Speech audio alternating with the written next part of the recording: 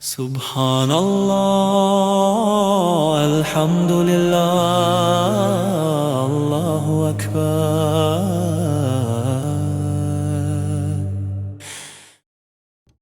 الحمد للہ وکفا السلام علی عبادہ الذین اصطفیٰ۔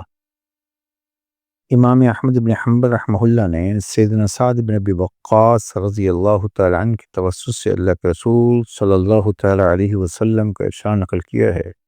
کہ لا تقوم الساعة حتى يخرج قوم يأكلون بألسنتهم كما تأكل البقرة بألسنتها۔ قیامت اس وقت تک قائم نہیں ہوگی جب تک ایک ایسی جماعت پیدا نہ ہو جائے جو اپنی زبانوں کے ذریعے اس طرح کھائیں گے جس طرح گائے اپنی زبان سے کھاتی ہے۔ اس حدیث کی شرح میں علماء نے اس حدیث کو نبی علیہ السلام کی ذکر کردہ فتن جو قرب قیامت میں یا علامات قیامت میں سے پہلے واقع ہوں گے ذکر کیا کہ ایسے لوگ پیدا ہو جائیں گے جو اپنی زبانوں کو کھانے کا ذریعہ بنائیں گے۔ ان کی عادت یہ ہوگی کہ مال والوں کی جھوٹی تعریفیں چاپلوسی کر کے ان سے مال وصول کریں گے۔ یہ معنی لکھا ہے کہ یہ اپنی تقریر، اپنی تحریر، اپنی فصاحت و بلاغت کا جھوٹا مظاہرہ کریں گے اور اس کی وجہ سے لوگوں سے مال بٹوریں گے۔ یا یہ بھی مطلب لکھا ہے کہ بعض لوگ بعض کے سامنے اس طرح ان کے خدام بنیں گے، اس طرح ان کی خدمت کریں گے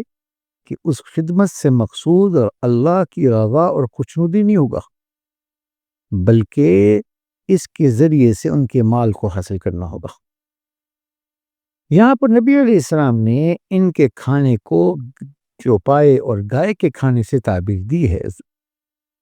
کہ جیسے چوپائے کے سامنے